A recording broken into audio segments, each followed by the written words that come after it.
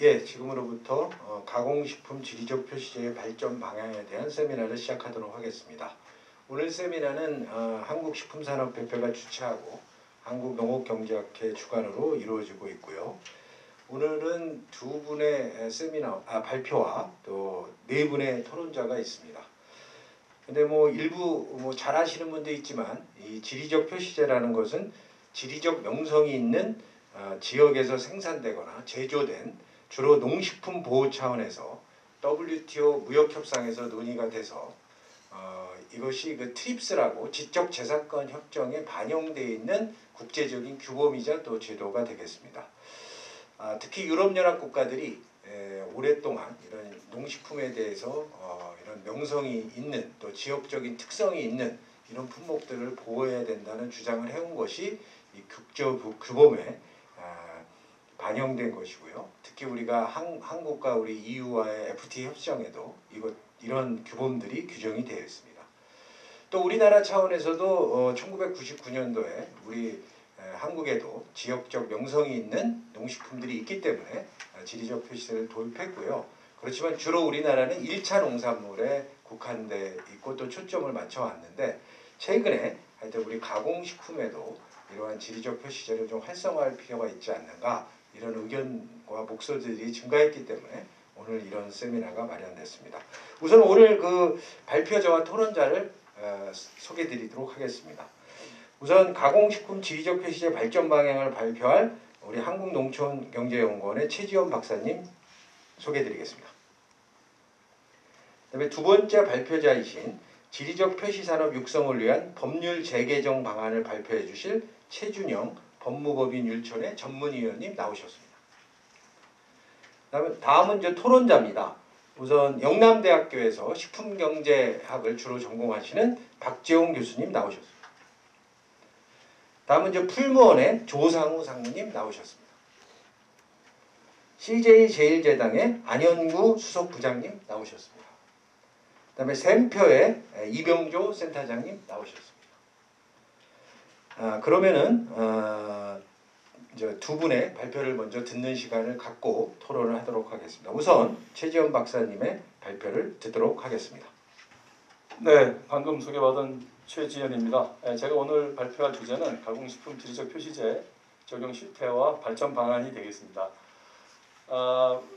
연구의 필요성에 대해서는 앞에서 우리 임정빈 교수님께서도 말씀하셨습니다만 1999년도에 지리적 표시제가 도입이 됐고 현재 한 101건의 농식품이 등록이 되어 있습니다. 근데 대부분이 이제 농산물이고 가공식품은 녹차, 인삼, 홍삼 이런 전통식품 중심으로 한 14건이 지금 등록이 되어 있고요. 근데 이제 이러한 우리 한국에서 한국 전통식품이라든지 한국의 고유식품이 결과적으로는 세계적으로 또 이게 명성을 가지고 있고 이런 것들이 이제 보호를 받아야 된다 이런 차원에서 문제가 제기되고 있는데 가공식품도 거기서 예외는 아니다. 그래서 가공식품에 대해서는 어떻게 적용하는 것이 바람직할 것인가 한 이런 문제가 제기가 되면서 이 연구를 시작하게 됐습니다. 최근에 한류나 K-팝 영향으로 김치를 비롯해서 많은 한국 식품들이 이제 수요가 늘어나고 있고 또 수출이 많이 늘어나고 있는데 중국에 이제 김치 종주국 논란도 있었고요. 또 일본도 그렇고 미국 등지에서 한국 식품을 이렇게 현지에서 가공하고 또 이 시장을 또 장악하는 그러한 상황들이 발생하고 있는데 우리 한국 가공식품에 대한 지적재산권 이런 보호가 필요하지 않느냐. 그러려면 어떻게 제도를 가져가는 게 좋겠느냐.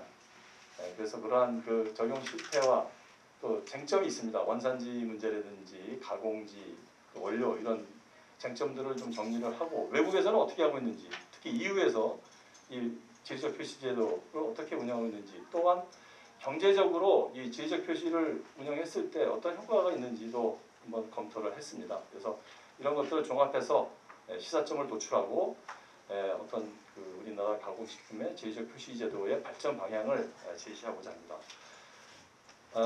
지리적 표시 개념은 동산 가공식품의 명성, 품질 그런 특징들이 특정 지역의 지리적 특성에 기인한 경우 그러한 농산물이나 가공식품에 대해서 그 특정 지역에 생산, 제조, 가공이 되었다는 것을 나타내는 표시, 그게 농수산물 품질관리법에 이제 명시가 되어 있고요. 그래서 이런 것들을 이제 표시를 하게 되어 있고요. 정부에서 그것을 인증을 해주는 이제 그런 게 되겠습니다.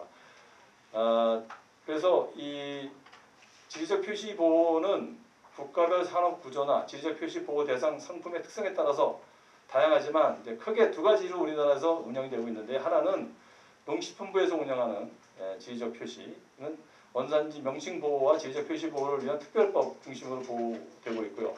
하나는 상표법을 중심으로 해서 특허청에서 운영하는 그런 단체 상표나 증명 표장 제도를 통한 상표법 중심의 그런 두 가지로 되어 있지만, 기본적으로 그 공통점을 가지고 있다, 그렇게 볼 수 있겠습니다. 우리나라 그 농산물 품질관리법에 의한 그 지리적 표시와 상표법 그 이런 것들이 사실은 상호 보완적인 성격도 있고요. 또 한편으로는 조금 이 적용상에 또 다른 점이 있는데, 그 부분은 나중에 제가 별도로 말씀을 드리겠습니다. 도입 배경에 대해서는 우리 임 교수님이 말씀했기 때문에 제가 설명을 생략하고요. 그래서 아무튼 그 이 유명성, 역사성 뭐 이런 것들이 검증이 돼야 됩니다. 그래서 실제로 이 제품이 한국에서 진짜 역사적으로 또 우수하고 또 유명하고 이런 것들이 이제 다 인정이 돼야만 되고요. 또 대상 지역과 연계성은 결국에는 원료의 원산지라든지 그 제조 가공 지역 이런 것들이 그 지역에 연계가 돼야 된다. 그래서 대상 지역과 연계성이 매우 중요하다라는 것입니다. 특히 그 가공식품의 경우는 원료가 되게 중요하기 때문에 그 원료에 대한 이 지리적 연관성 이걸 되게 이제 강조하고 있습니다. 현재 등록되어 있는 농산물 100건, 임산물 포함해서 한 180건 되고요. 그 중에 가공식품은 14건밖에 안 됩니다. 그래서 가공식품이 상대적으로 지리적 표시 인증을 받은 게 적다라고 말씀드리고요. 그다음에 상표법은 특허청에서 지금 이제 상표법에 의해서 운영하는 건데요. 그 대상 지역과 연계성은 있지만 그 원료하고 제조 가공 이런 것들이 그 중에 한 가지 이상만 지리적으로 연계가 되면은 상표법에 적용이 됩니다. 그래서 농산물 경우에는 농식품부에서 운영하는 농산물 품질관리법에서 적용하는 원산지 플러스 원료의 원산지 플러스 제조 가공지에 대한 두 가지 요건을 충족해야 되지만, 상표법에서는 한 가지만 원료 원산지든 제조 가공 지역이든 한 가지만 동일한 지역에서 이루어지면 상표법 적용이 돼서 그 지적 표시를 인정을 해주는 이제 그런 게 되겠습니다. 현재 지리적 표시 단체 표장으로 등록되어 있는 게 393개. 그래서 실제로 그 농림축산식품부에서 인정하는 그러한 지리적 표시 보호를 받고 있는 품목 중에서 또 이중으로 상표법에 등록이 되어 있는 그런 품목들도 꽤 많이 있다, 이렇게 말씀드리겠습니다. 가공식품의 경우에 71건이 지금 등록이 되어 있습니다. 단체 표장으로. 그러나 앞에서 말씀드렸다시피 농산물 품질관리법에 적용받는 지리적 표시는 14건밖에 안 된다, 그렇게 이해하시면 되고요. 제가 앞에서 말씀드렸다시피 두 가지를 비교해 볼 때 제조, 생산, 제조, 가공이 모두 특정 지역에 이루어지지 않아도 한 가지만 돼도 상표법에서는 인정을 받지만 지리적 표시는 모든 것이 다 충족이 되어야 된다, 이렇게 간단히 말씀드리고요. 유럽의 경우 한번 보겠습니다. 유럽이 이제 이것을 일찍이 지리적 표시제를 도입했는데, 여기에 이제 두 가지로 되어 있습니다. 이원화되어 있습니다. 그 PDO라는 거랑 PGI라는 거랑인데, PDO는 원산지 명칭보, 우리나라에서 적용하고 있는 그런 것이 PDO에 해당하겠고요. 상표법에 해당되는 그 한 가지 이상 적용되면 지적 표시와 연결되면은 또 표시를 하게 되어 있는 게 PGI입니다. 그래서 유럽은 처음부터 이렇게 이원화해서 그 지적 표시제를 운영하고 있는데, 이거 지금 그림에 지금 보시는 것과 같이 상표 모양이 다릅니다. 빨간색으로 왼쪽에 되어 있는 것이 이제 PDO고, 오른쪽에 지적 표시 보호는 PGI는 이제 파란색으로 표시가 되어 있어서 누구나 이렇게 보면 이게 어떤 표시구나 하는 것을 알 수 있게끔 되어 있는데, 우리나라는 지금 한 가지만 하기 때문에 표시가 하나로만 돼 있죠. 유럽에서 지금 9월 기준으로 보면 1,790개 품목이 등록이 되어 있고요. 이 중에 PDO가 한 770개, 그 다음에 PGI가 더 많습니다. 한 1,000여 개 되고요. EU 회원국들도 있고 비회원국들도 있고요. 그래서 그것도 이제 원료로 보면, 상품으로 보면은 가공품도 있고 또 와인이 중요하기 때문에 와인이 한 74개가 지금 등록이 되어 있는데 와인은 대부분 그 원산지 표시와 연계되어 있는 PDO가 되겠습니다. 미국은 역사가 짧기 때문에 뭐 전통식품이나 유명 뭐 역사성 이런 것을 논하기 어렵기 때문에 지적 표시 유럽의 지적 표시 제도는 운영을 하지 않고 상표법만 법률로 보호를 해주고 있습니다. 중국도 뒤늦게 지금 WTO에 가입하면서 하고 있는데 중국도 역시 상표법에 근거한 그런 상표 등록 지적 표시를 하고 있고 최근에 지금 그 EU에서 하고 있는 그런 지적 표시 제도를 도입하려고 지금 운영 중입니다. 지적 표시가 성공을 했다라고 얘기하는 사례로 저희가 그리스의 페타치즈라는 것을 한번 사례를 발굴했는데요.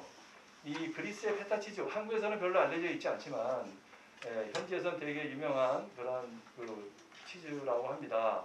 그래서 이게 PDO로 등록이 된 상품인데 그 페타치즈 시장이 그리스 식품 수출의 한 10%를 차지할 정도로 큰 그 시장을 차지하고 있고 시장 규모가 2020년에 111억 달러다 이렇게 지금 얘기가 되어 있고요. 2027년까지 전망해 놓은 거 보면은 한 5.7% 정도 매년 성장할 것이다 이렇게 돼 있어서 그리스에서 이 치즈에 대한 PDO 등록을 해가지고 큰 그 시장 효과를 보고 있다 이렇게 말씀드릴 수 있고요. 또 한 가지 그 PGI 성공 사례로는 여러분 잘 아는 이제 미넨 독일의 미넨 맥주가 되겠습니다. 미넨 지역에서 나는 맥주를 이제 미넨 맥주라고 한다면 거기에 들어가는 여러 가지 원료나 이런 것들을 따져볼 때 이것은 또 다른 데서 들어올 수도 있기 때문에 원료가 뭐 맥주의 원료인 뭐 메가라든지 그런 것들은 미넨 지역이 아니래도 가져와서 PGI가 등록이 된 겁니다. 그래서 매년 10월 달에 옥토버 페스트라는 그 맥주 페스티벌을 개최하고 있는데 이 옥토버 페스트를 통해서 경제적 효과가 약 1조 5천억 원에 달하고 있다. 매년 600만 명이 여기 참석을 하고 있고요.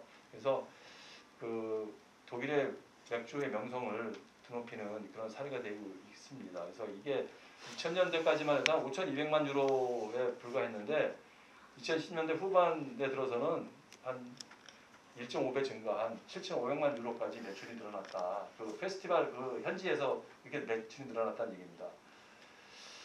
그래서 이 선행 연구들 저희들이 경제적 효과가 어떤 게 있을까 봤더니만 뭐 여러 가지 있습니다. 무슨 후생을 증가시켰다, 수출을 크게 증가했다, 또 소비자들이나 생산자 입장에서 볼 때 가격 프리미엄을 크게 가져갈 수 있었다 하는 것들이 각종 연구 결과를 통해서 입증이 됐습니다. 저희가 뭐 오늘 이거 세세하게 설명은 못 드리겠고 아무튼 분명히 지리적 표시제 적용을 통해서 많은 그 경제적 효과를 보고 있다는 것들이 입증이 되고 있고요.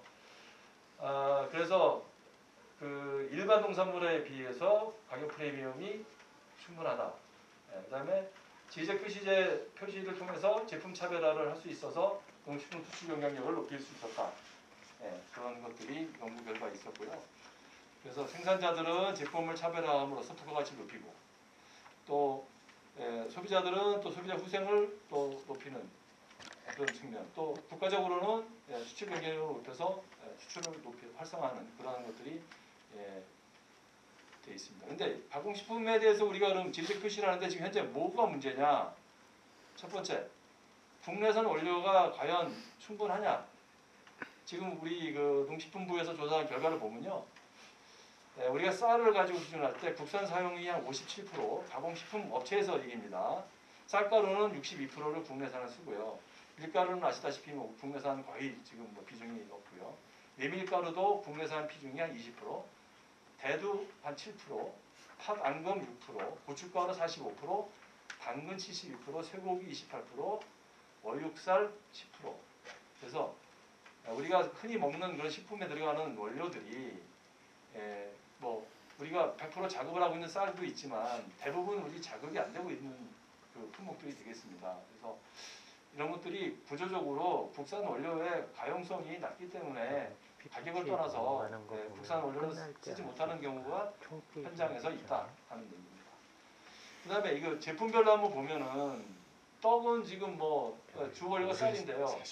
떡의 44%가 국내산 쌀을 썼고요. 빵은 뭐 아시다시피 밀가루 100% 수입산이고요. 그 다음에 막걸리도 보면 쌀이 들어가 있는 막걸리는 33%밖에 국내산을 안 썼고요. 국수도 뭐 밀가루니까 장류입니다. 대두 제품 국산 걸 쓰는 경우가 10%밖에 안 됩니다. 뭐 가격 차이가 크기 때문에. 그다음에 두부도 국내산 두부 쓰는 콩을 쓰는 게 한 20% 됩니다. 그다음에 이제 이게 보면은 영광굴비 예를 많이 드는데 영광굴비도 이제 가공품입니다. 수산 가공품인데 영광굴비가 전국 굴비 생산량의 80%를 차지하고 있음에도 불구하고 영광군에 400개 이상의 굴비 업체가 있습니다. 그러나 아직도 이 영광굴비가 지적 표시를 못 받았어요. 그 이유는 뭐냐? 굴비가 잡히는 지역이 영광이 아니라는 거예요. 뭐 목포에서도 잡히고 이런 게 왜 그럼 영광굴비 아니다. 뭐 이제 이런 식으로 이제 돼서 심지어 영광굴비조차도 지금 가공식품 지적 표시 그 인증을 못 받고 있는 상황이 되겠습니다. 원료 생산 지역도 되게 중요하다. 분산이 돼 있으면 안 된다는 얘기입니다. 그 다음에 앞에서도 계속 얘기했던 거죠. 경제성인데요. 원료가 과연 경제성이 있느냐. 수출에 있어서는 특히나 치명적이다. 수출을 다른 나라랑 이제 수출을 경쟁을 해야 되는데 우리가 꼭 100% 국내산을 썼을 때만 가공지 표시 우리가 가공 그 지적 표시 쓴다고 하면 좀 한계가 있지 않느냐. 우리나라 농식품 수출이 지금 보면은 통계 여기 그래프도 보시면 아시겠지만 계속 늘어나고 있습니다. 지금. 그래서 70억 불을 넘어서서 한 80억 불 가까이 지금 가고 있는데요. 최근에 늘어난 걸 보면 김치, 그 다음에 그 여기 쌀 가공품이라고 맨 밑에 나와 있는 것이 대부분 떡볶이입니다. 떡볶이가 2019년 대비 20년에도 한 27%까지 늘어나는 이런 것들이 보여지는데 최근 대표적인 한류 식품으로 떡볶이가 구성이 되고 있고요. 그런데 문제는 중국에서도 일본에서도 이 떡볶이 제품을 만들고 있다는 겁니다. 이 그림에 보면은 중국산하고 일본산 떡볶이 제품의 그림이 나와 있는데요. 그 자체 그 자국 시장뿐만 아니라 수출까지도 지금 하려고 지금 서두르고 있다는 겁니다. 그래서 우리가 가격 경쟁력 면에서 우리 떡볶이의 그 만약 지적 표시와 연결시켜서 제한을 할 경우에는 가격 경쟁력도 우리가 좀 떨어질 수 있다 하는 얘기입니다.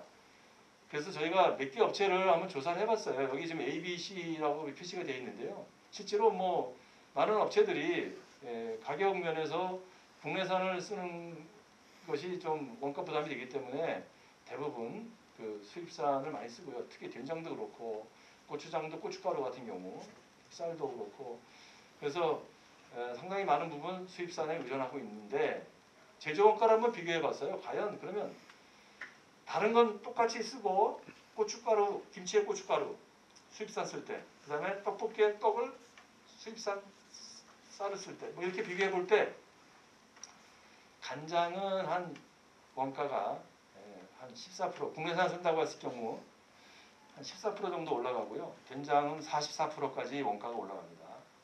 그다음에 떡볶이 쌀을 국내산을 쓴다고 할 경우에 수입산 대신에 한 129, 29%. 그다음에 김치도 고춧가루를 수입산을 썼을 경우에 원가 순산 원가 인상분입니다. 18%. 여기서 얘기하는 것은 제품의 최종 가격이 아니라 원가 베이스에서 얘기하는 그러한 차이를 말씀드리겠습니다.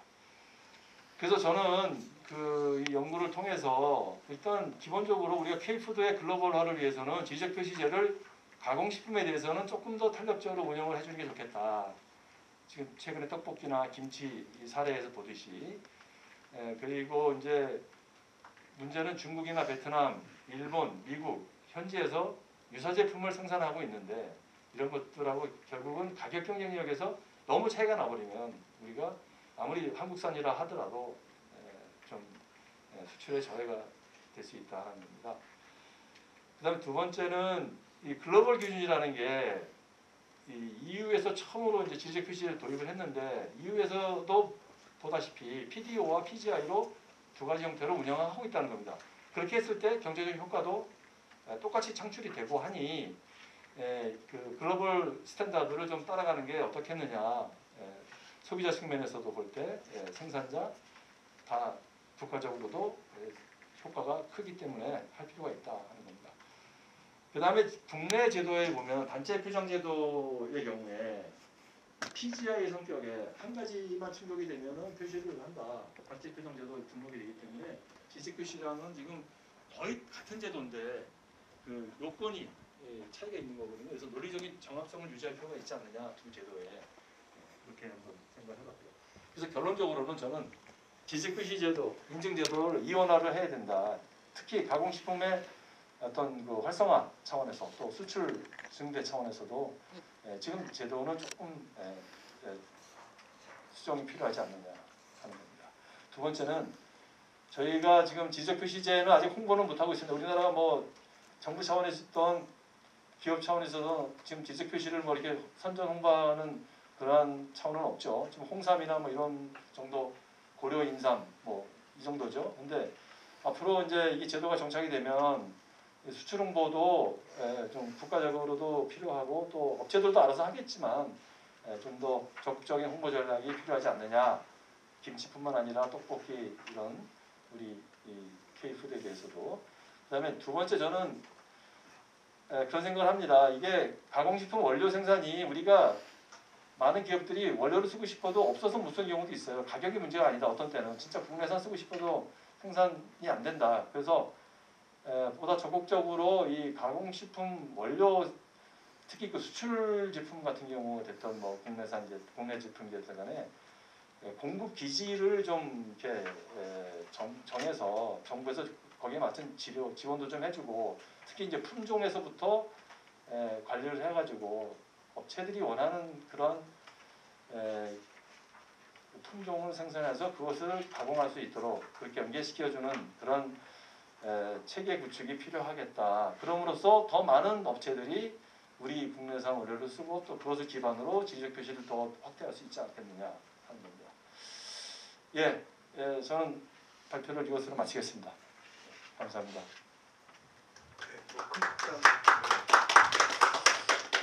그 첫 번째 발표자이신 우리 최지원 박사님께서 하여튼 가공식품 지리적 표시제의 발전 방향에 대해서 최근에 연구하신 내용들을 하여튼 꼭지별로 잘 말씀해 주신 것 같습니다.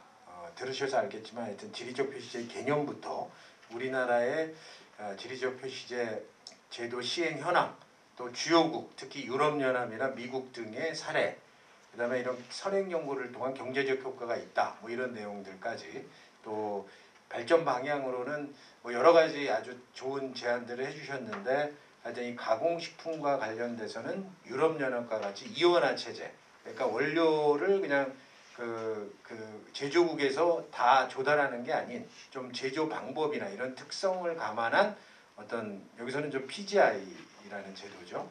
그런 제도를 뭐 하는 것이 가공식품의 제도 지리적 표시제를 우리나라가 도입하는데 굉장히 중요한 그 어떤 발전 방향의 하나가 아닌가라는 이런 제안을 해주셨습니다. 근데 이러한 일단 하여튼 발전 방안이나 이런 경제학적 측면에서 이런 정책적 연구가 시행이 되기 위해서는 아마 관련 법률 재개정이 필요한 것 같습니다. 이런 차원에서 오늘 두 번째 발표자이신 우리 법무법인 율촌의 최준영 전문위원님께서 지리적 표시 산업 육성을 위한 법률 재개정 방안에 대해서 발표해 주시도록 하겠습니다.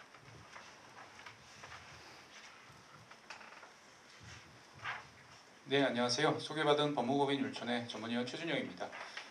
저는 이제 앞서 발표에 따라가지고 어떻게 하면 이제 지리적 표시제를 구체적으로 제도화할 수 있을 것인가, 결국 이제 법률의 문제입니다. 실제로 이제 법률을 만든다는 것은 이제 두 가지 의미가 있다라고 저는 생각을 합니다. 첫 번째는 법률 내용 자체가 상당히 이제 좋아야겠죠. 탄탄하고 구조가 좋아야만 이제 실제로 잘 작동을 할 수 있을 것이고요. 두 번째로는 이제 이 법이 어떻게 하면 실제로 만들어질 수 있을 것인가. 어떻게 보면 이거는 이제 학문의 영역이라기보다는 이제 정무의 영역인데 이 두 가지를 동시에 고려하면서 진행해야만 바람직한 법률이 만들어질 수 있다라고 이제 저는 생각을 합니다. 그래서 일단 법률 제정과 개정에 관한 사항들을 먼저 간략하게 말씀을 드리겠습니다. 법률 제정과 개정은 전적으로 이제 헌법에 따라서 국회의 이제 권한으로 되어 있죠. 보통 이제 입법 과정에 대해서는 여러분들이 잘 아신다고 생각하지만 막상 곰곰 생각해 보면 저희들이 잘 모르는 경우가 많아요. 이게 꼭 블랙박스처럼 여겨질 때가 있습니다. 어떤 법은 쉽게 통과가 되고 어떤 법은 쉽게 통과가 되지 않고 결국은 사그러들고 이 이유가 무엇일까라고 생각을 해보면 상당히 이제 복잡한 여러 가지 요인들이 이제 있습니다.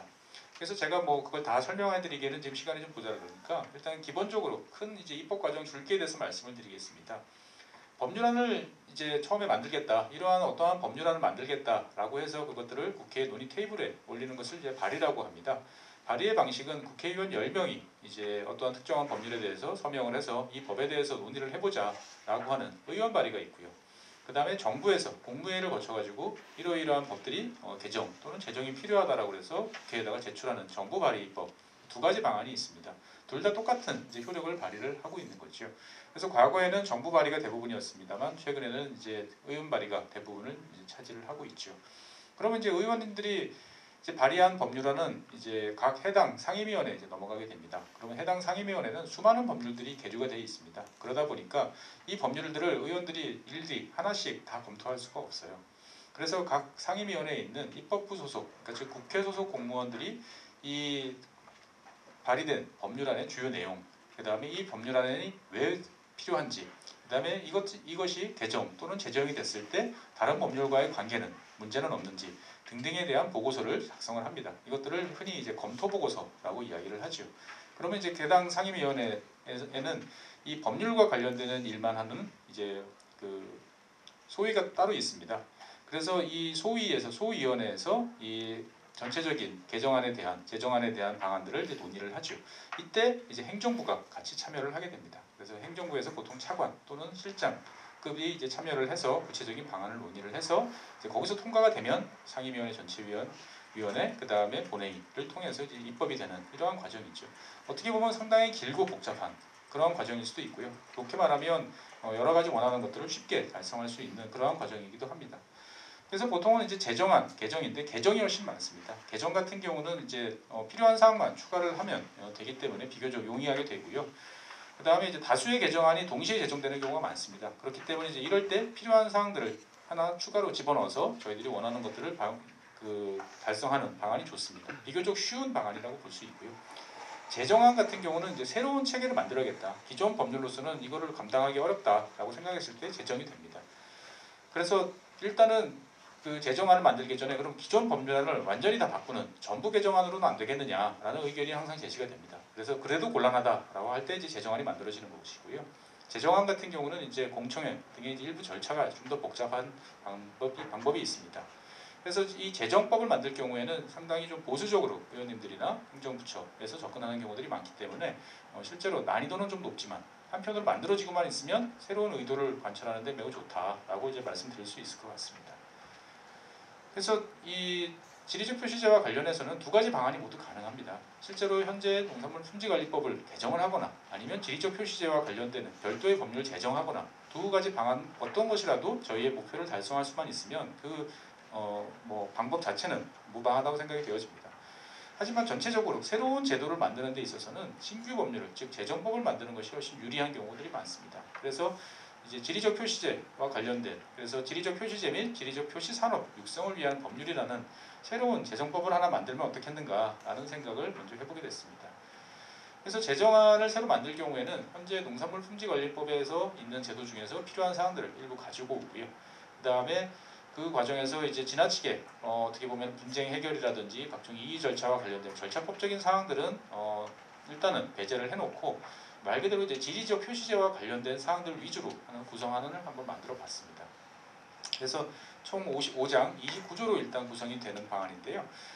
대표적인 사항은 이제 두 가지입니다. 지리적 표시제 등록 및 관리에 관한 사항들이 있고요. 그 다음에 그러면 지리적 표시제를 왜 하느냐? 그러면 결국은 관련된 산업을 육성한다라는 것이죠. 그래서 지리적 표시 산업 육성 및 지원에 관한 사항들로 이제 구성을 하는 방안입니다.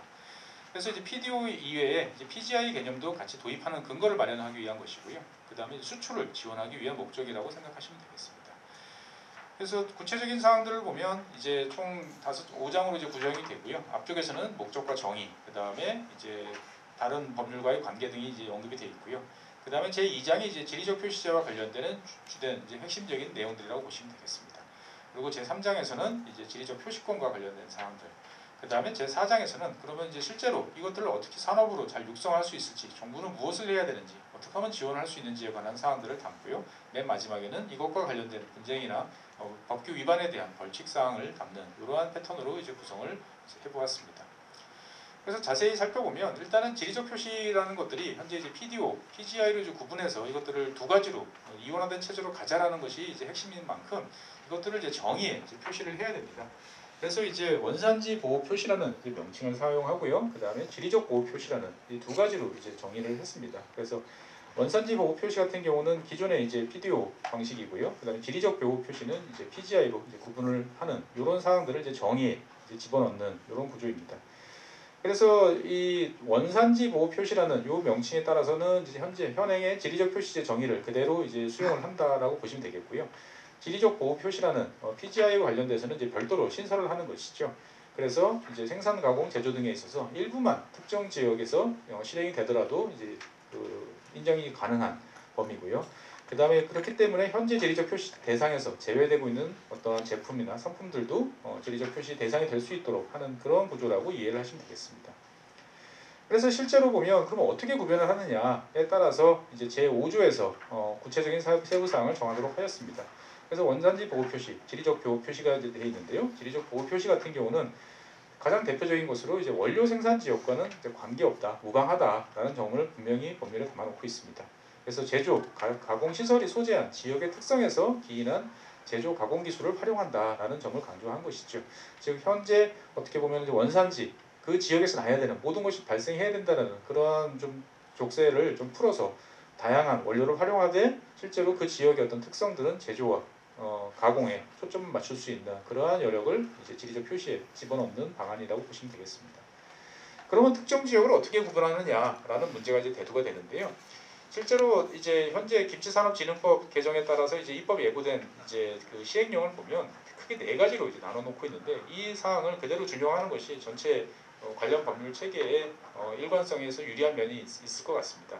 그래서 이 시행령 일부 개정령안을 보면 이제 현재 및 역사적 행정구역, 그 다음에 산, 강 등 특정한 지역, 행정구역을 넘어서는 어떤 자연범위지만 우리가 일상적으로 잘 알 수 있는 그러한 지역을 말하는 거고요. 그 다음에 세 번째가 이제 국가 영역, 그 다음에 네 번째가 기타, 통영령으로 별도로 정하는 영역인데요. 이 국가 영역 같은 경우가 이제 수출에 가장 유리한 이제 대상이 될 수 있기 때문에 많은 분들이 이제 관심을 가지고 있죠. 그래서 이제 국가 전체를 영역으로 한다라는 게 과연 타당한 것이냐라는 이제 의문이 사실 제기될 수도 있습니다. 뭐 너무 넓게 잡은 거 아니냐. 그래서 이제 본 재정법안에서는 이제 수출을 목적으로 하는 경우에만 이제 국가 전체 영역에서 나오는 그래서 뭐 K라든지 한국이라든지 이런 표현을 사용할 수 있도록 이제 고려를 하였습니다. 그래서 여기까지는 이제 주로 지리적 표시제의 범위를 이렇게 확대하는 이제 그러한 관련 사항들을 말씀을 드렸고요. 그러면 실제로 이것들을 이제 육성하고 어떻게 하면은 더 산업으로 키울 것인가에 관한 정부의 구체적인 역할, 지원에 관한 사항들도 담아보았습니다. 그래서 일단 기본적으로 이제 5년 단위의 기본 계획을 수립을 해서 지리적 표시제 산업을 육성을 어떻게 할 건지에 대한 예측 가능성을 높이도록 했고요. 그 다음에 기본이 되는 통계를 어떻게 작성하는지, 그래서 실태조사 및 통계 작성과 관련되는 기반을 이제 구축하도록 하였습니다. 그리고 이제 행정 재정적 지원, 그 다음에 조세 특례 이런 것들을 통해서 이제 산업적 영역에서 적극적으로 활용될 수 있도록 하였고요. 그 다음에 무엇보다도 이게 산업이 본격적으로 육성이 되려면 인력 양성, 그리고 실제로 이것들이 일단 한번 해봐야 어떤 문제가 있는지를 알아서 고칠 수 있습니다. 그래서 시범 사업 등을 위한 이제 구체적인 근거를 설정하는 방식으로 이제 산업화를 위한 기반을 이제 재정법에 포함을 시켰습니다. 그래서 이러한 재정법 같은 경우는 이제 저희가 원하는 지리적 표시제 확대를 위한 여러 가지 방안들을 담는다는 측면에서는 장점이 있습니다만 이제 아무래도 재정에 따르는 시간이 많이 소요될 수 있다는 문제점이 있습니다. 그래서 그러면 가장 간단한 방식으로는 어떤 것이 있느냐? 대안으로는 현행 농산물품질관리법을 이제 개정을 해서 지리적 표시제의 범위만 확대하는 이제 그런 방안들도 있을 수 있습니다. 현행 농산물품질관리법 제2조에 보면 지리적 표시란 해가지고 이제 정의가 나오죠. 그래서 이 정의가 이제 PDO 너무 좁게 이제 설정이 돼 있다라는 것들이 이제 가공식품 측면에서의 그동안의 문제점으로 지적이 돼 있으니까 이것들을 그냥 원산지 보호 표시와 지리적 보호 표시 두 가지로 이제 확대를 하는 이제 그러한 개념입니다. 재정법상에서 제시되었던 정의를 그대로 두 가지로 이제 확대를 하는 이제 그러한 개념이라고 보시면 되겠습니다.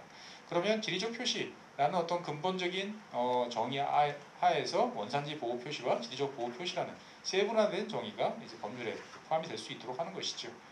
그러면 이제 여기에 따라서 이제 지리적 표시제를 어떻게 등록을 이제 할 것이냐에 관한 사항들인데, 이것도 마찬가지로 재정법에서 말씀드렸던 이제 그 행정구역, 그 다음에 특정지역, 그리고 국가 단위, 그다음에 별도의 통영령으로 구분하는 지역, 이렇게 이제 네 가지 사항들을 포함시키는 것으로 이제 집어넣게 되면 기본적으로 PGI를 포함하는 방식으로 지리적 표시가 이제 확산이 될 수가 있습니다. 보면. 그래서 실제로 이렇게 되면 이제 단순한 정의 규정, 그 다음에 그 지역 구분의 범주를 이제 넓힐 경우에는 기존에 익숙했던 그 제도를 그대로 활용할 수 있는 장점이 있습니다. 하지만 이제 이렇게 될 경우에는 이제 문제점이 하나 있죠. 기존에 이제 상표법상에서 관련돼 있던 단체 표장하고의 어떤 관련성, 상충성이 있기 때문에 이거를 둘러싼 이제 갈등들이 이제 계속 불거질 수가 있습니다. 그렇기 때문에 사실 깨끗하게 처리하기 위해서는 재정법이 아무래도 유리한 면이 있다라고 이제 말씀을 드리고 싶습니다. 그래서 이러한 법률들을 이제 실제로 만들어서 국회에 제출했을 때 잘 처리가 될 것이냐라는 점에 대해서 한번 이야기를 해보도록 하겠습니다. 실제로 이제 법률을 제정하거나 개정한다는 것들은 많은 이해 당사자들이 걸려 있습니다. 법률 재개정을 통해서 뭔가 이득이 있는 쪽은 당연히 법률 재개정을 요구를 하고 적극적인 찬성의 입장을 표명하겠지만, 의외로 많은 생각지 못했던 다양한 또 반대의 입장들이 있는 경우가 있습니다. 그래서 이러한 이해 당사자가 통일된 입장이냐, 아니면 서로 상반된 반대하는 입장이냐가 이제 법률의 처리를 둘러싼 이제 운명을 결정하는 핵심적인 요인이고요. 무엇보다도 이제 적극적 반대가 있으면 상당히 이제 진행이 늦어지는 경우가 많습니다. 그렇기 때문에 지리적 표시제 범위를 확대한다라고 했을 경우에 보면 적극적 반대가 있는 이해 당사자가 누군지를 파악을 해서 사전에 설득하거나 설명을 충실히 하는 이런 작업들이 필요합니다. 그리고 두 번째로는 이것들을 이제 적극적으로 추진해 줄 수 있는 저희를 대변해서 이야기를 해주실 수 있는 의원을 이제 확보를 하는 것도 중요합니다. 사실 이제 농업 지역, 그 다음에 어촌 관련되는 지역들에서는 이러한 이제 제도 변화에 대해서 상당히 민감하고 적극적으로 원하는, 특히 이제 그 수산 가공품에 대해서는 여기와 관련된 요구들이 많았던 것으로 알고 있습니다. 그렇기 때문에 지역구 현황과 관련되는 의원실을 잘 찾아보고 여기를 발굴해서 설득하는 작업들이 이제 필요하고요. 그 다음에 이제 의원님들이 이제 여러 가지로 말씀을 해준다 하더라도 관련 관계 부처가 이제 어떤 입장을 보이느냐 역시도 매우 중요합니다. 실제로 아주 정치적인 법률의 경우에서는 이제 의원님들의 이제 입장에 따라서 그냥 결정이 되는 경우가 많지만, 이러한 지금 저희가 말씀드리고 있는 이러한 법률 같은 경우는 지극히 이제 비정치적인 이제 법률이죠. 그러다 보니까 부처가 이러한 법률이 제정이 됐을 때 나타나는 문제점을 강조한다든지, 아니면 저희가 준비가 되어 있지 않다든지, 아니면 시행 과정에서 많은 부작용이 예상된다든지, 이런 식의 이제 부정적인 평가와 이제 의견 제시를 할 경우에는 이제 법률안 통과가 매우 어려워지는 경향들이 많습니다. 그렇기 때문에 실제로 관련 부처의 이러한 입장들, 이게 왜 필요한지, 했을 때 얻어지는 이득이 무엇인지를 잘 설명하고 부처의 협조를 사전에 구하는 것 역시도 중요하다고 볼 수 있습니다. 사실 지리적 표시제와 관련된 입법은 어떻게 보면 되게 간단해 보이지만 의외로 복잡합니다. 정부 부처만 해도 농림수산식품부를 비롯해가지고 특허청, 그 다음에 그 통상교섭과 관련되는 여러 가지 부처들, 외교까지 관련이 되어 있습니다. 그렇기 때문에 이러한 이해관계들이 상충되어 있는, 그러니까 우리가 이것을 중후 관청이 어디냐를 따져서 거기에 대해서 설명하는 것도 중요하지만, 이러한 복잡성을 감안해서 다양한 부처에 대해서도 충분한 사전 설명이나 설득 작업을 해야 된다는 점들을 말씀드리고 싶습니다. 그리고 무엇보다도 이 제도를 이런 식으로 재정법을 만들 때 이게 왜 재정법까지 필요하느냐라는 이야기가 나왔을 때 기존의 제도로 인해서는 보호받지 못하는, 기존의 제도로 인해 한계로 인해서 더 잘할 수 있는데 잘하지 못하는 어떠한 그러한 한계점이 있는 사례나 상품들을 발굴을 해서 제시하는 그런 것들도 필요하다라고 보여집니다. 그래서 이러한 법률 제정 같은 경우는 사실 많은 경우에 발의는 용이합니다. 의원실을 찾아서 설득해서 이런 법들이 필요한 것 같습니다. 추진해 주십시오라고 설명을 하면 흔쾌히 도와주시는 분들이 많습니다. 하지만 발의는 전체 이제 문턱을 넘어가는 것뿐이고요. 실제로 그 방 안에서 이루어지는 과정을 통해서 반대쪽 방문으로 나오는 데까지는 많은 시간이 걸린다는 것을 잊어버리셔서는 안 된다는 거죠. 그렇기 때문에 좋은 의도로만 가지고 법률이 만들어질 수는 없습니다. 그래서 아까 앞서서 말씀드렸던 여러 가지 사항들에 대한 충분한 조사와 설득, 설명, 이러한 작업들이 이 식품 관련 업계의 어떤 총체적인 노력을 통해서 이루어질 때만 이러한 법률이 구체화될 수 있다라는 말씀을 드리면서 현재 발표를 마치겠습니다. 네, 감사합니다. 예, 우리 최준영 전문위원님 수고 많으셨습니다. 뭐 들으셔서 아시겠지만 그 첫 번째 발표자이신 우리 최지원 박사님의 결론과 비슷한 내용을 어떻게 하면 그 법률을 제정 혹은 개정을 통해서 반영할까가 거의 일맥상통한 것 같습니다. 그래서 앞서 우리 그 최지원 박사님이 유럽연합의 사례를 들면서 우리 한국의 특히 가공식품 지리적 표시를 위해서는 하여튼 지리적 보호제 표시제도 좀 약간 그 원료 농산물을 쓰는 거를 좀 완화하는 형태의 유럽연합의 그 이원화된 체제를 제안해 주셨는데 그거를 이제 법률로 하는 것도 거의 비슷하다는 걸 들으셨을 겁니다. 근데 이제 오늘 그 우리 최준영 전문위원이 말씀하신 거에는 그러니까 법률로 제정도 가능하고 개정도 가능하는데 그 재개정 모두 다 다양한 변수들이 있다. 그래서 아까 맨 마지막 그 결론이 발의는 쉬운데 그것이 처리되는지는 사실은 굉장한 노력과 공감대를 형성한 게 필요하다 이런 말씀을 해주신 것 같습니다. 아무튼 그 두 분 발표가 정책적으로나 또 제도적, 법률적으로나 좀 일치상통한 게 있고요. 하여튼 우리가 가공식품의 지리적 표시제가 잘 정비가 돼서 또 우리 가공식품 산업이 발전하는 데도 기여할 수 있게 해서는 많은 노력이 필요한 것 같습니다. 그러면 이제 토론의 시간을 갖도록 하겠습니다. 우선 첫 번째 토론자는 우리 풀무원의 조상우 상무님께서 토론해 주시도록 하겠습니다. 네, 안녕하십니까. 풀무원의 조상우입니다. 오늘 제가 말씀드릴 내용은 인더스트리 파트에서 실제 이러한 지리적 표시제가 어떻게 기여를 할 수 있는가 이러한 점에 대해서 좀 말씀드리고 그런 정책적인 지원이 잘 이루어졌으면 좋겠다 이런 의견을 드리도록 하겠습니다. 지리적 표시 가공식품이라든지 지리적 표시 농산물에 대해서 국내에서 소비자들이 그렇게 많이 알고 있는 것 같지는 않아요. 그리고 해외에서도 저희들이 지리적 표시제 상품을 수출하는 예가 그렇게 많지 않습니다. 이때까지는. 그러나 여러분들이 알고 있는 대한민국 그 고려 인삼이라든지 우리나라 전통의 인삼이 중국에서 그 대량 싸게 생산이 되고 판매가 되다 보니까 전통성은 한국에 있는데 중국의 값싼 그런 인삼류가 고려 인삼이라든지 대한민국 인삼이라고 팔리고 있습니다. 이러한 것들을 막기 위해서 제도적으로 국가명으로서 지리적 표시제를 준 최초의 지리적 표시 인정제가 국가명으로서 하는 것이 아닌가 이런 생각이 되고요. 최근에는 이제 한류라든지 특히 코로나 시대에서 우리나라 발효 김치가 면역에 효과가 있다. 이런 어떤 여러 가지 과학적인 근거에 의해 가지고 김치의 세계가 일어나고 실제 올해는 많은 김치의 수출이 일어나고 있는 걸로 확인이 되고 있습니다. 그런데 여러분들도 잘 알다시피 중국의 쌈김치라든지 아니면 미국에서 같은 경우에도 현지의 김치가 이제 점점 더 원가 경쟁력을 가지고 우리나라 전통 김치를 대한민국 김치다 뭐 이런 현지에서 생산함에도 불구하고 마치 대한민국에서 생산한 것처럼 이렇게 약간의 지역화된 김치가 나옴으로써 우리나라에서 제조되는 김치 산업이 위협을 받고 있다 이렇게 말씀드릴 수가 있습니다. 그래서 작년 2월에 국회를 통해서 김치산업진흥법에 대한민국 김치 혹은 한국 김치라고 표기를 갖다가 하려면은 농산물 품질관리법에 따라서 지리적 인정을 받아야 된다 이렇게 법제화를 갖다 하고 그 후속 법률들이 이제 마련이 되고 있는 중에 있는 걸로 알고 있습니다.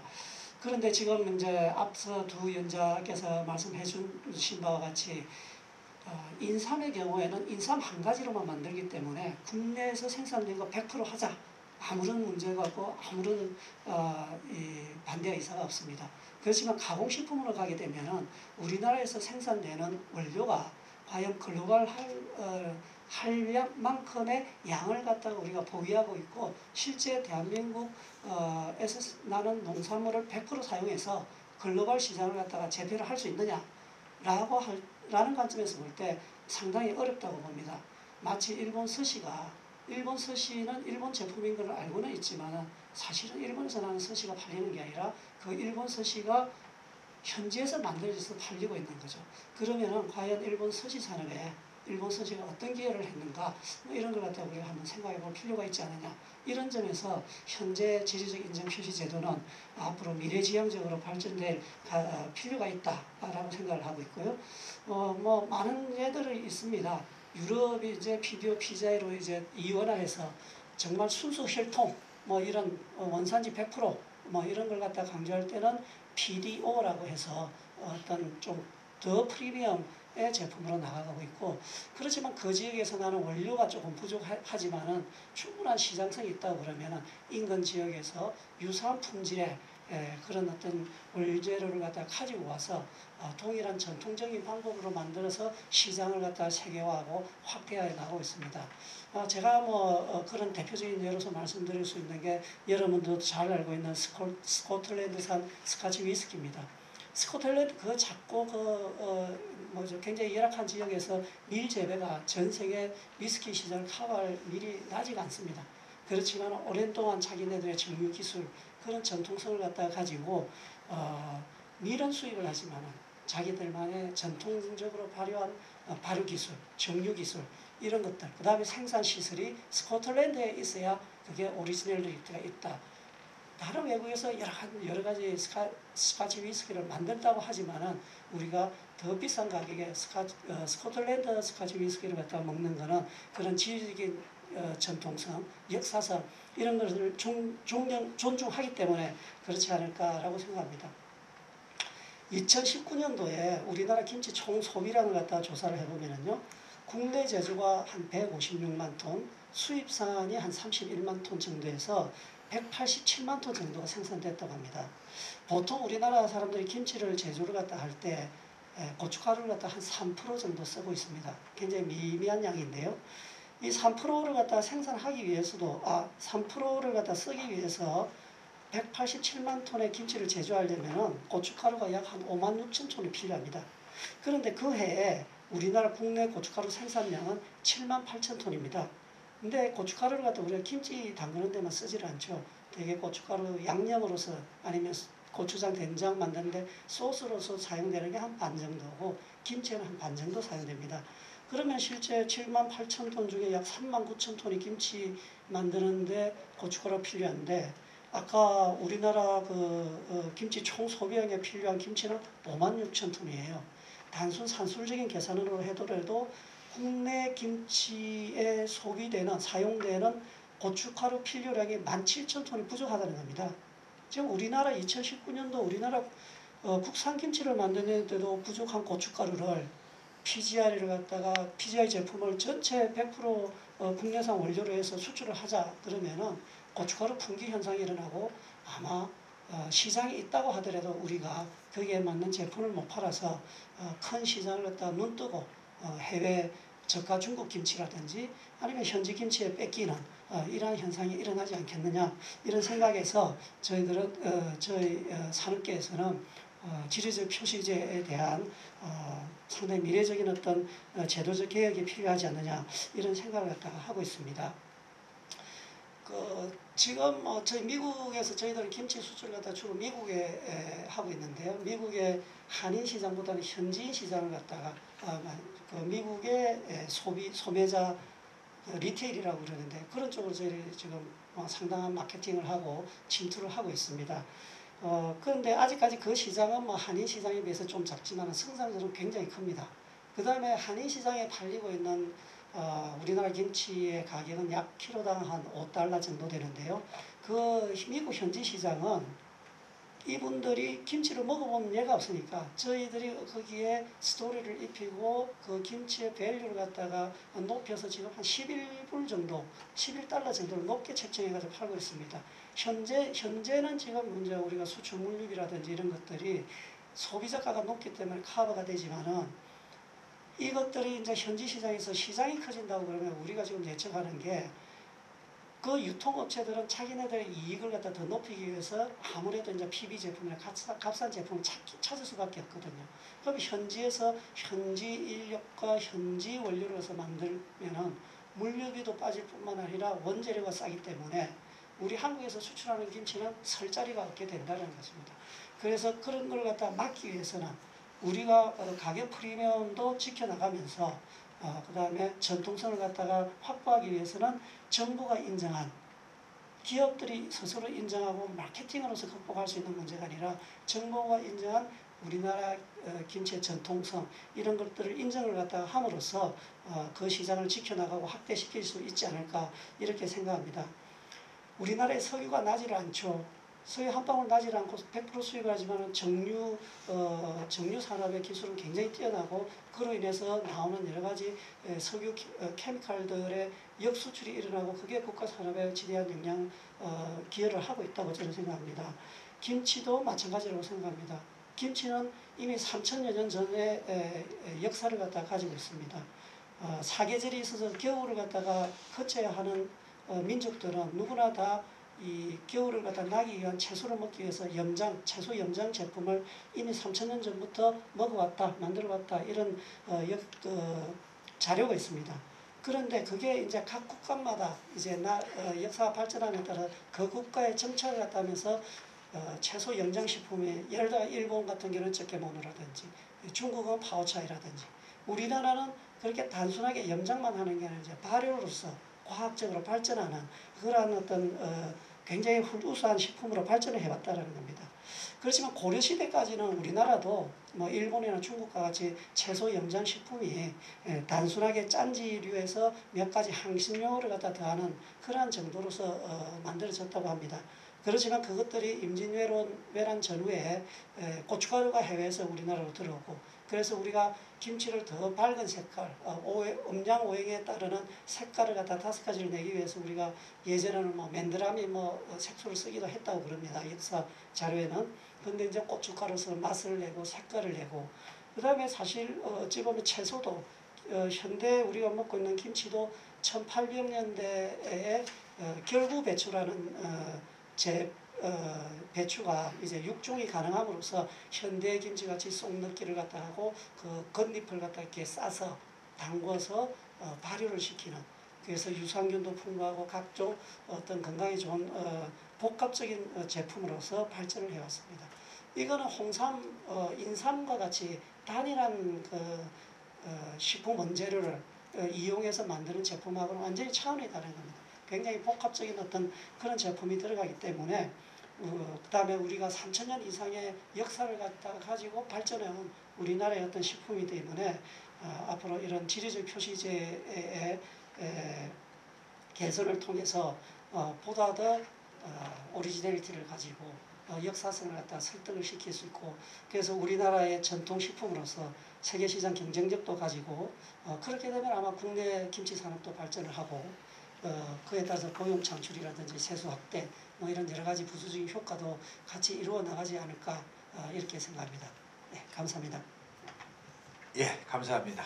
우리 조상우 상무님께서 아주 좋은 코멘트를 해주셨고 특히 김치에 대해서 많은 얘기를 해주셨는데 하여튼 앞에 발표자 두 분과 일맥상통하는 내용 같습니다. 그러니까 이 가공식품의 경우에는 너무 원산지에 초점을 두거나 중시하는 지리적 표시에서 벗어나서 이 지리적인 전통성, 3,000년 넘는 김치 뭐 이런 얘기 많죠. 또 역사성, 또 이런 제조적 특성을 반영해서 정부가 인정하는 좀 탄력적인 어떤 지리적 보호 표시제도가 도입이 되어야만 가격 프리미엄도 유지하면서 해당 가공식품 산업도 발전하고 또 소비자에게도 그런 어떤 알 권리 차원 또 보호 차원에서도 이런 것이 필요하지 않은가 이런 말씀을 해주신 것 같습니다.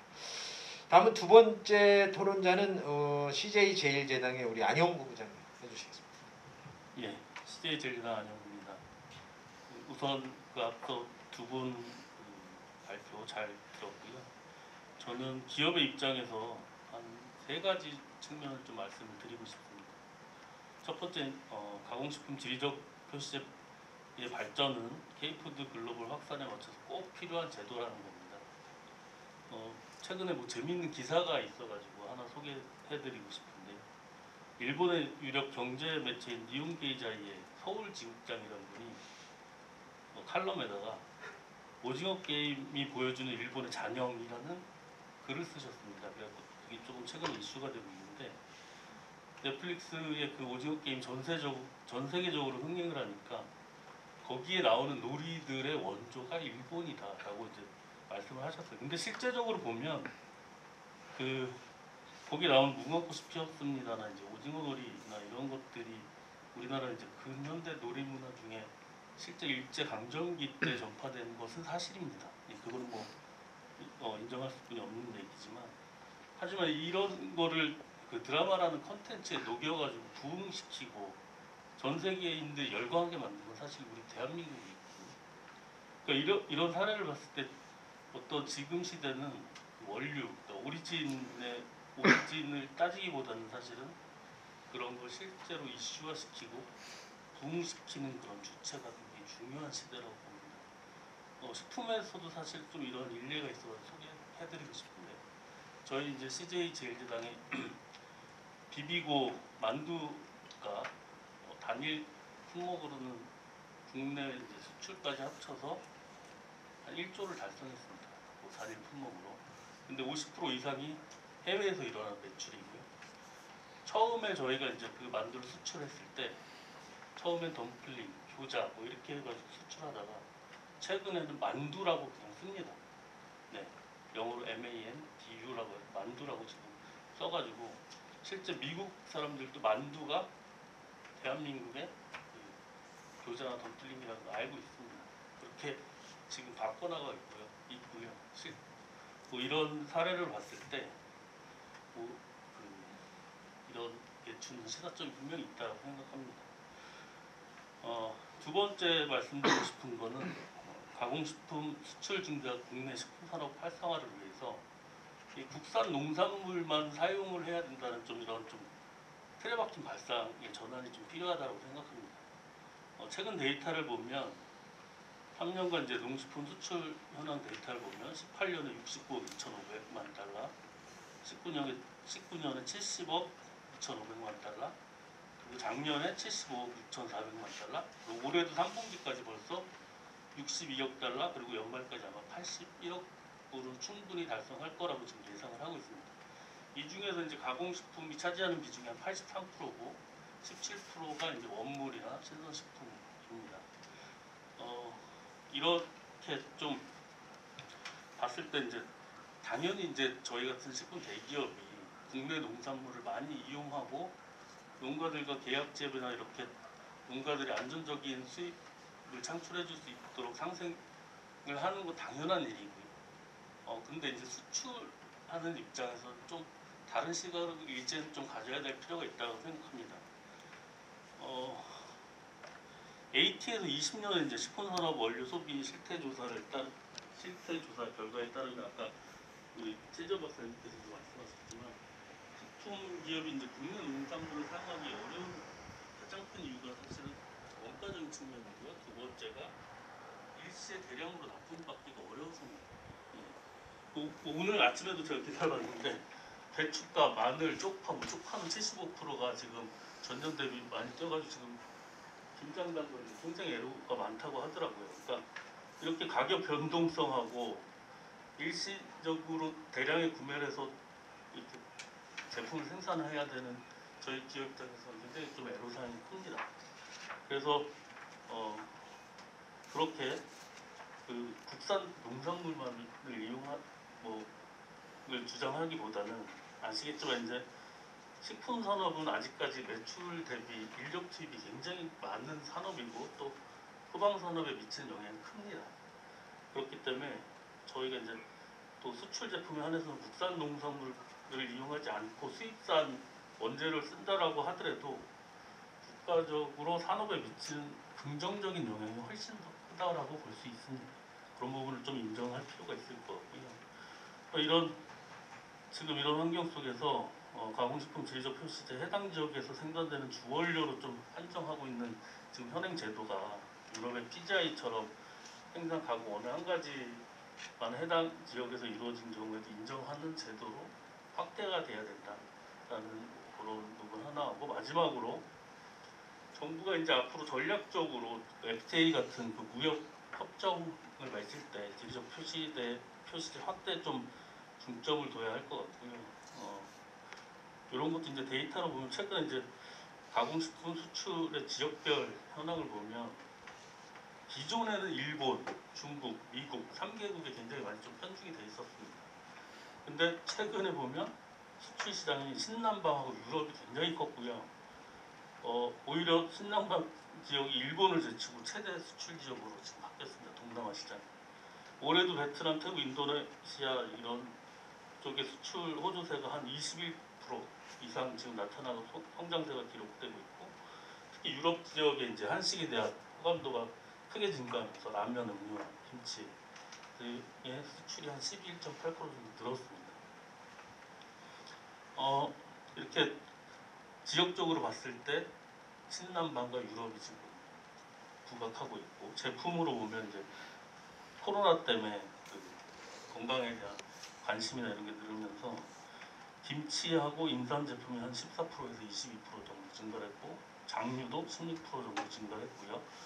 이런 것을 특히 이제 저희 전통식품에 대한 수출 증가세가 두드러지고 있고, 또한 가공식품 주력 품목인 한국산 라면이 이제 한류 확산하고 코로나 영향으로 가정 간편식 수요가 좀 늘면서 8.6% 정도 증가한 상황입니다. 이렇게 좀 데이터를 분석해서 봤을 때 향후 우리가 어느 품목의 지리적 표시를 적극적으로 이용을 해야 되고, 특히 이제 어느 그 지역에 어느 나라하고 무역 통상 협약을 했을 때 전략적으로 좀 접근을 해야 되는지 그런 데이터를 보면 알 수 있을 것 같고요. 최근에 이제 정부가 이제 추진하고 있는 각종 FTA, 뭐 RCEP이나 CPTP 같은 협정을 할 때 이런 지리적 표시에 관련 협약을 좀 전략적으로 좀 추진을 해야 될 것 같습니다. 네, 이상입니다.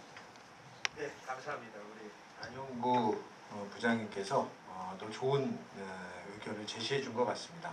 뭐 들으셔서 알겠지만 하여튼 가공식품에 적합한 지리적 표시 제도의 도입은 최근에 K푸드 확산 추세를 봐도 꼭 필요한 제도라고 말씀을 하시고, 또 이 국산 농산물만 이게 이 원료로 사용해야 하는 이런 현행 제도에는 이 현실적인 측면에서 현재 농식품 수출의 80% 이상이 가공식품인 상황, 이런 측면에서도 새롭게 이러한 사실들이 반영되는 새로운 제도가 필요하다는 것과, 마지막으로는 아마 이거는 좀 통상하는 분들이 좀 유의해 들어야 될 거라고 생각이 되는데요. 우리가 이제 유럽연합이 자기들의 그 지리적 표시 제도를 FTA 협상에서 굉장히 주장을 관철하는 것처럼, 우리도 이제 다른 나라와 FTA를 할 때 이런 제도를 잘 만들고 또 적용을 해서 우리가 우리 산업계의 통상이익을 찾을 수 있도록 좀 적용해 나가자, 이런 얘기를 말씀해 주신 것 같습니다. 예, 좋은 의견에 감사드리고요.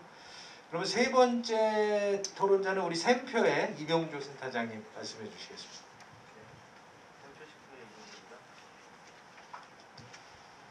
샘표식품의 이병조입니다.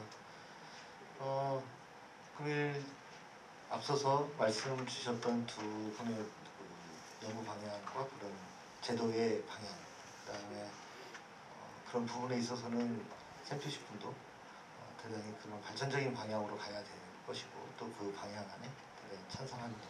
기본적으로 지리적 표시제의 의미는 결과적으로 산업계에서 본다면 원산지에 관련된 그런 이름을 상표권으로 인정을 해주고 그거에 대한 법적인 보호를 받는 것, 이게 가장 중요하게 판단된다고 저희들은 생각을 하고 있습니다.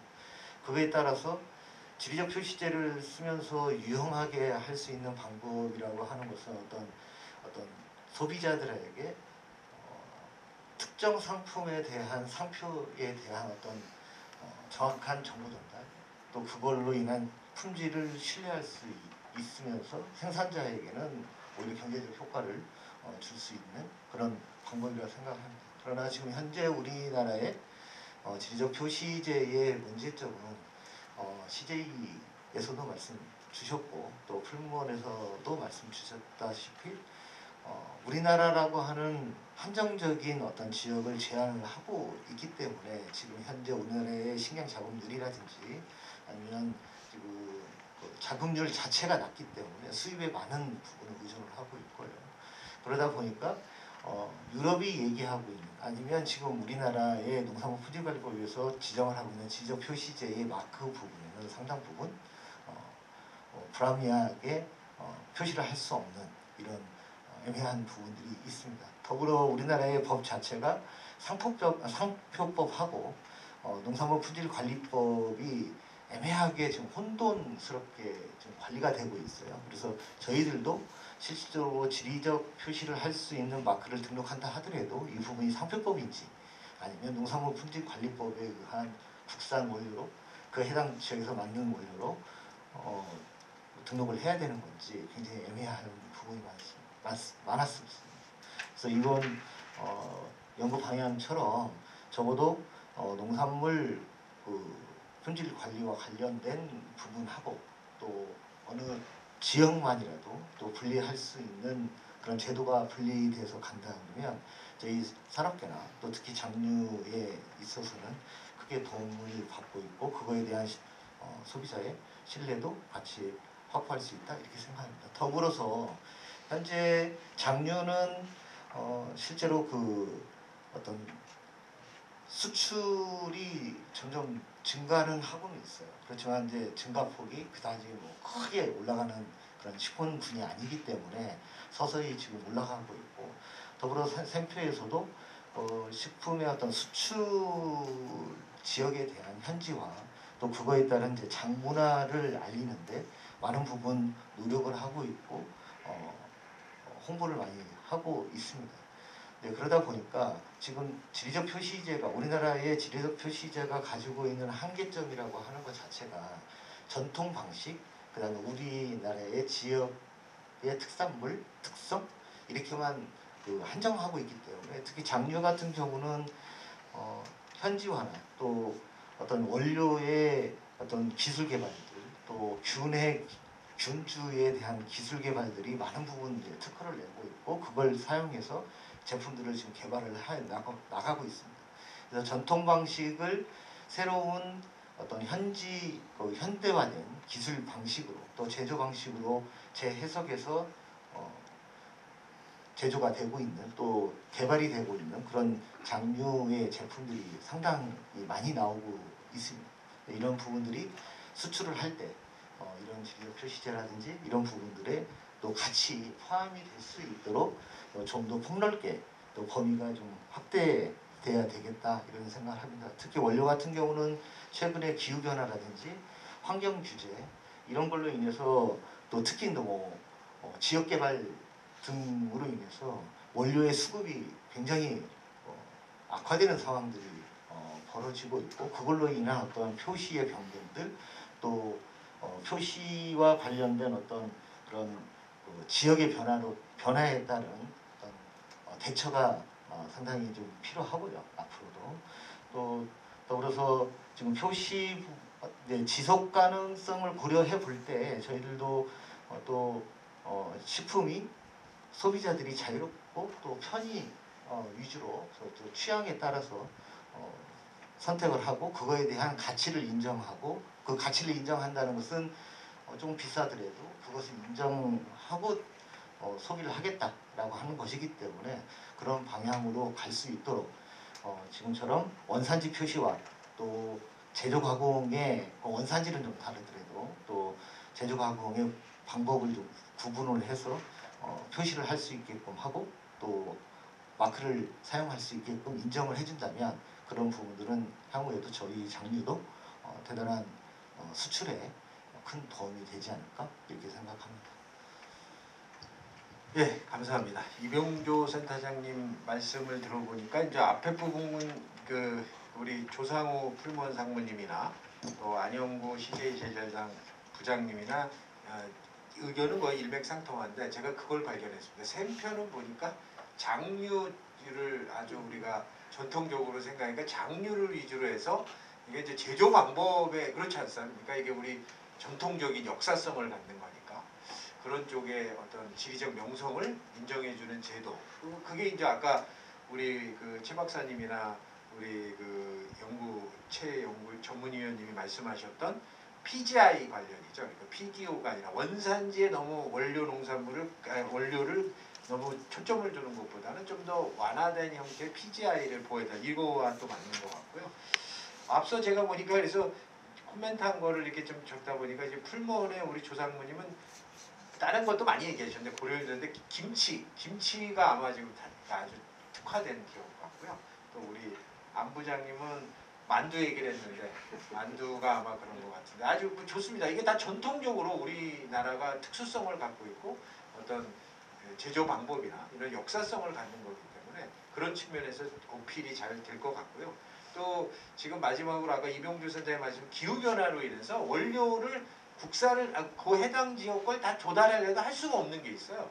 왜냐하면 기후변화가 와서 지금 평창에 사과가 많이 생산이 돼. 그 사과 주스가 옛날에 대구 능금 주스지만 지금은 아마 앞으로 바뀔 가능성이 높아요. 왜냐하면 대구에서 사과가 이제 맛도 없어지고 왜냐면 기후변화가 오니까 재배 적지가 북상하다 보니까 과거보다 맛도 없고 품질도 떨어지거든요.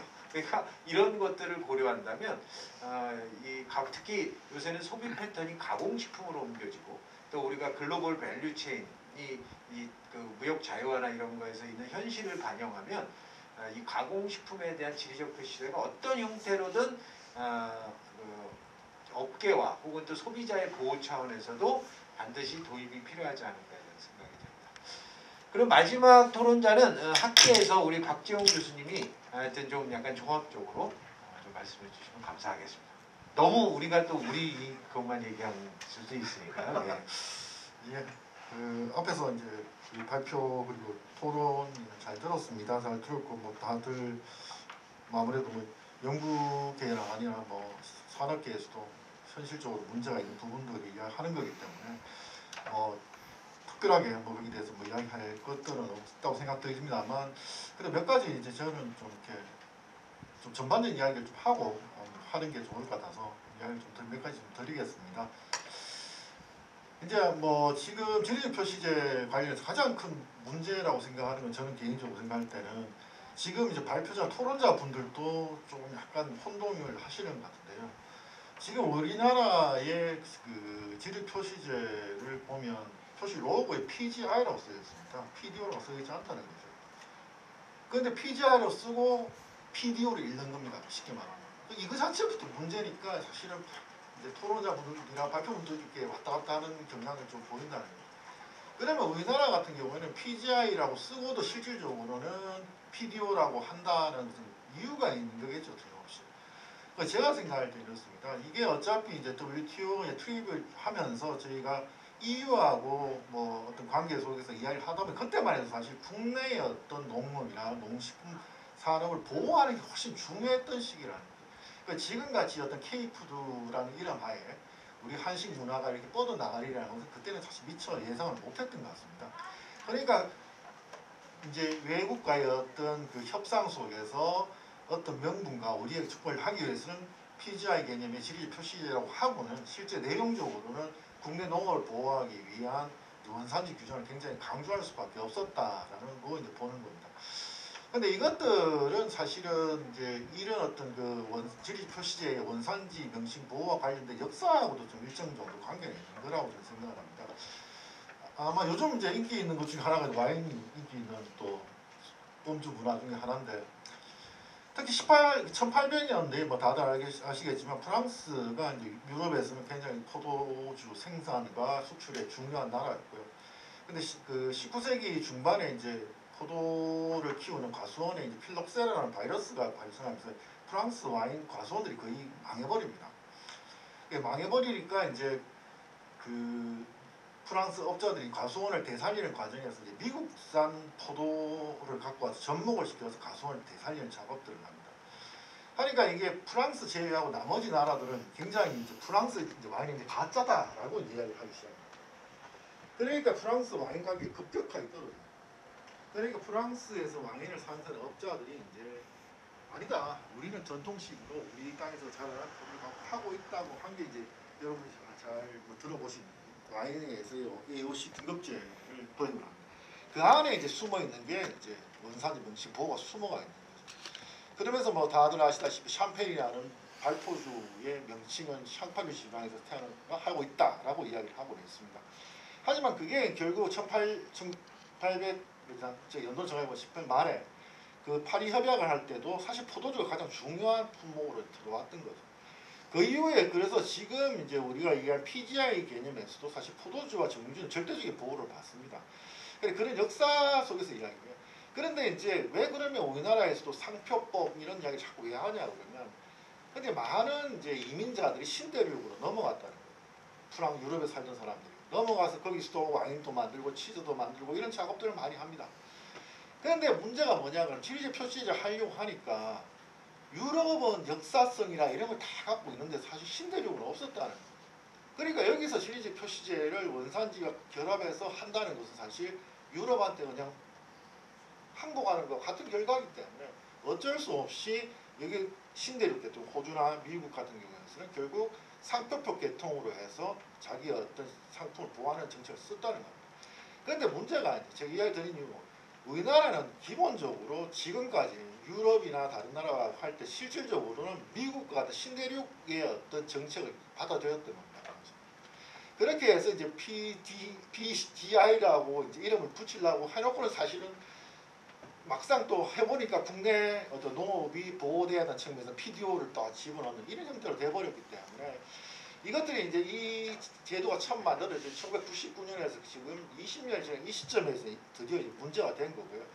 그리고 이런 어떤 문제점들은 사실은 지금 이야기되는 건 아닙니다. 사실 2000년대 중반부터 상표국가의 상충 문제라는 계속 이야기되고 있던 것들이 이제서야 사실은 다시 한번 공론화된다는 것도 어떻게 보면 굉장히 늦은 감이 있다라는 말씀을 꼭 드리고 싶습니다. 그리고 이제 아까 이제 시전 박사님 말씀하시는 중에 연강불비 이야기를 하셨는데요. 제가 최근에 마지막 들은 이야기로는 연강불비 같은 경우도 농수산물 품질관리법 시행령에서 제외 항목에서 단소조항을 빼는 걸로 지금 입법 예고된 걸로 알고 있습니다. 그러면 예를 들어서 이제 더 이상 이제 연강불비도 이제 어떻게 보면 연강불비 같은 경우는 어떤 족이라는 절대적인 주재료 자체가 이제 예외 조항으로 빠져버리는 가능성이 된다. 앞으로 사실 우리가 원료 이야기를 하는 거는 지금 의미가 없어질 가능성도 굉장히 높다. 아무 의미가 없는 거다 이런 생각이 들고요. 그래서 이런 문제에 대해서 고민을 해야 된다. 그래서 만약에 이게 연강불비 문제가 이제 앞으로 어떻게 되냐에 따라서 이제 달라지겠지만 아마 지금 저희가 고민하는 것들이 상당수 산업계 사례로 해결될 여지도 있다는 거예요. 근데 반대 측면도 물론 존재를 합니다. 그렇게 되면 야 그러면 소위 말하는 원료는 어떻게 할 거냐라는 문제가 또 되는 거죠. 그러니까 국내 농업과의 연계 문제를 어떻게 할 거며 국내 그런 농업 기반을 어떻게 유지할 거냐가 또 하나의 문제로 대두될 가능성은 없습니다. 그런데 이것은 제가 생각할 때는 앞에서 말씀하셨지만 사실 지금 이 문제에서는 사실 개별 업체의 개별 브랜드에 대해서 문제를 삼는 게 아니라 한국이라는 어떤 고유한 또는 K푸드라는 이런 어떤 국가 전체를 아우르는 개념에서의 어떤 지리 표시제를 지금 고민하는 상황이기 때문에 그런 상황에서라면 사실은 우리가 이게 어떤 원료 문제를 뭐 이야기한다고 하더라도 우리가 늘 이야기하듯이 뭐 주원료에 대해서 일정 부분은 사실은 써야 될 거라고 생각합니다. 국내산을. 그러니까 모든 주원료를 다 풀어준다는 것은 사실 굉장히 어려운 이야기가 될 거다. 그건 아마 국민들의 어떤 수용에도 일정 정도 문제는 있으리라고 생각을 듭니다.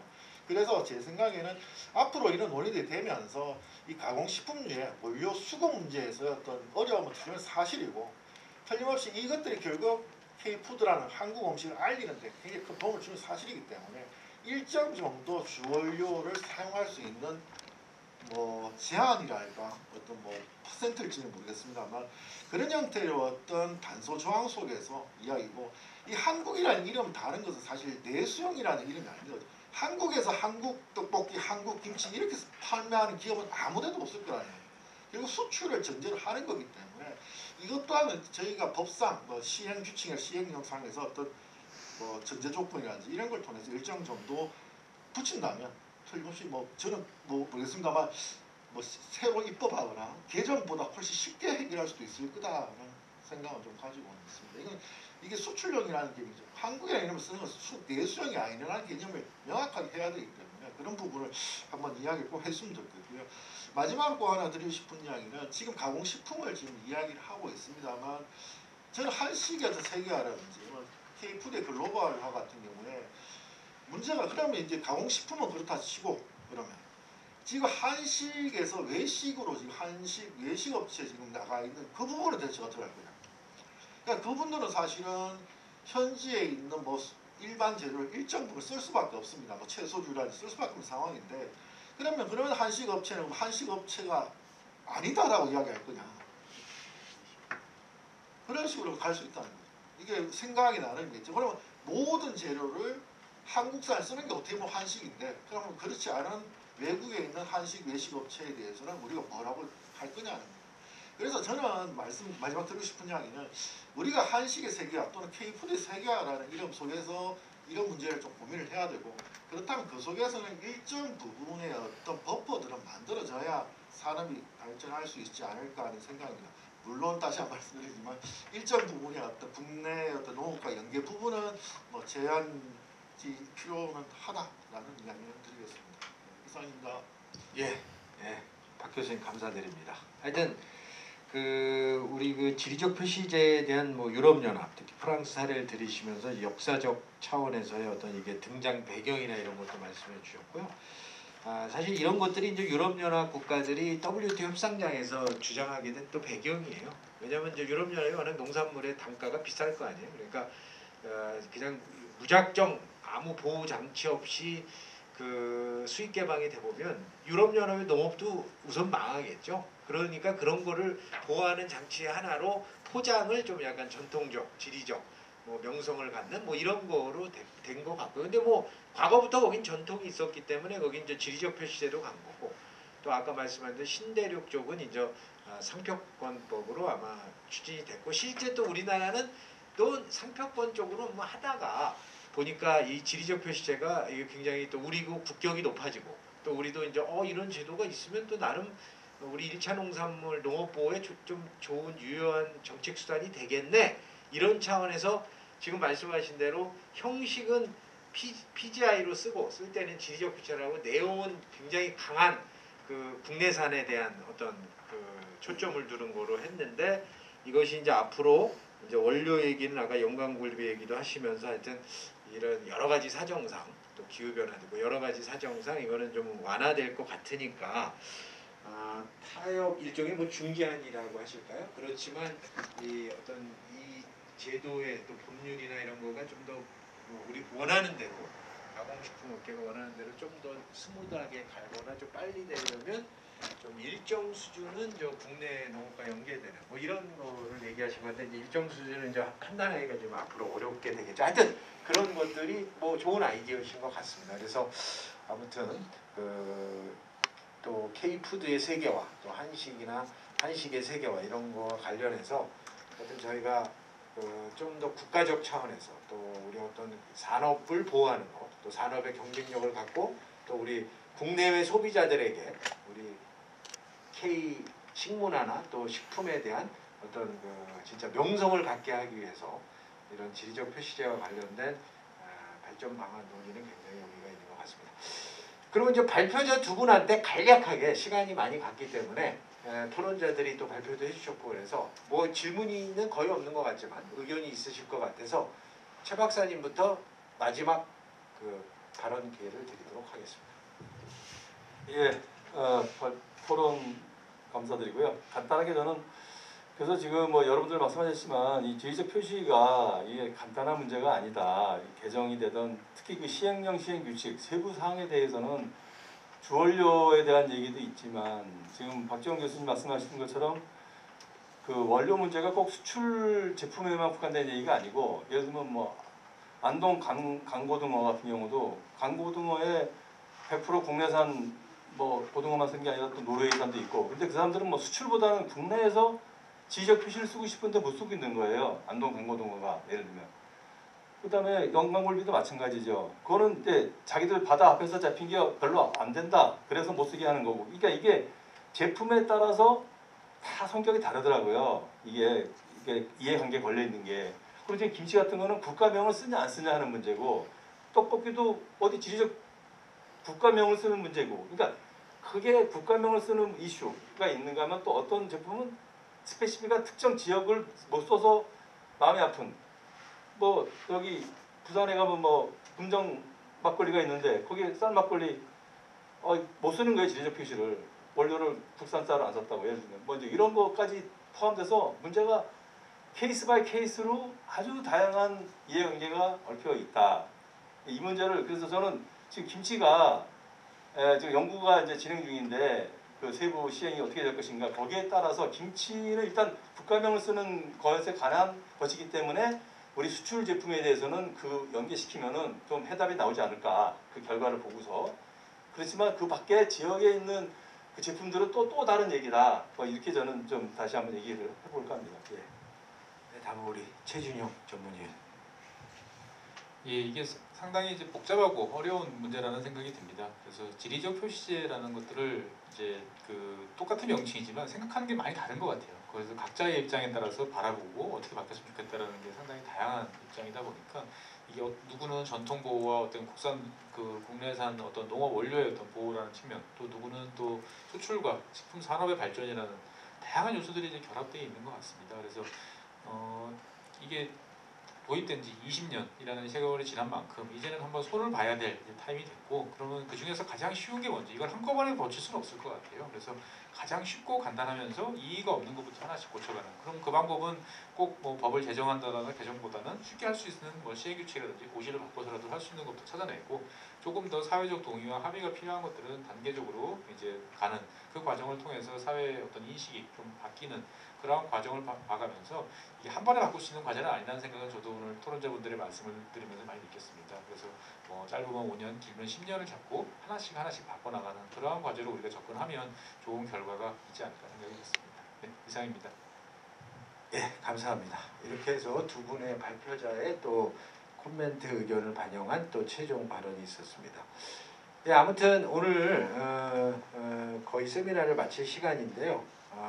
오늘 그 한국식품산업협회가 하여튼 매우 시적절하고 의미 있는 가공식품 지리제 표시제의 발전 방향이라는 세미나를 아주 잘 개최한 것 같습니다. 사실은 이 어떤 대내외 여건 변화를 봤을 때 이 가공식품, 특히 우리 한국의 국격이 높아지면서 K-뮤직이나 K-드라마 뭐 이런 게 많이 떴는데 이제 K-푸드의 시대라고 우리가 다 얘기하고 있고 또 실제 현실화되고 있기 때문에 앞으로 어떤 형태로든 이 가공식품의 어떤 우리의 지리적 명성, 또 역사성, 전통성, 제조 방법에 있어의 어떤 특수성 이런 것들을 반영하는 것이 산업의 발전뿐만 아니라 또 국내외 소비자들에게도 정확하게 우리의 가공식품들이 제대로 선택할 수 있는 또 기회 요인이라고 좀 봅니다. 그렇기 때문에 이런 측면에서 앞으로 저희가 단계적으로 이루어져야 되겠지만 쉬운 것부터 또 국민의 공감대 형성 속에서 우리가 가공식품 지리적 표시제에 대한 좀 더 현실에 맞는 표시제도가 필요할 것 같고요.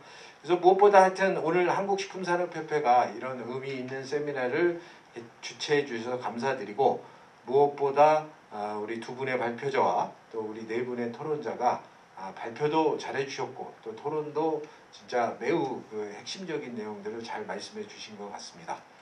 그래서 오늘 발표자와 토론자들에게 다시 한번 감사의 말씀을 드리면서 이상으로 가공식품 지리적 표시제의 발전 방향에 대한 세미나를 마치도록 하겠습니다. 대단히 감사합니다.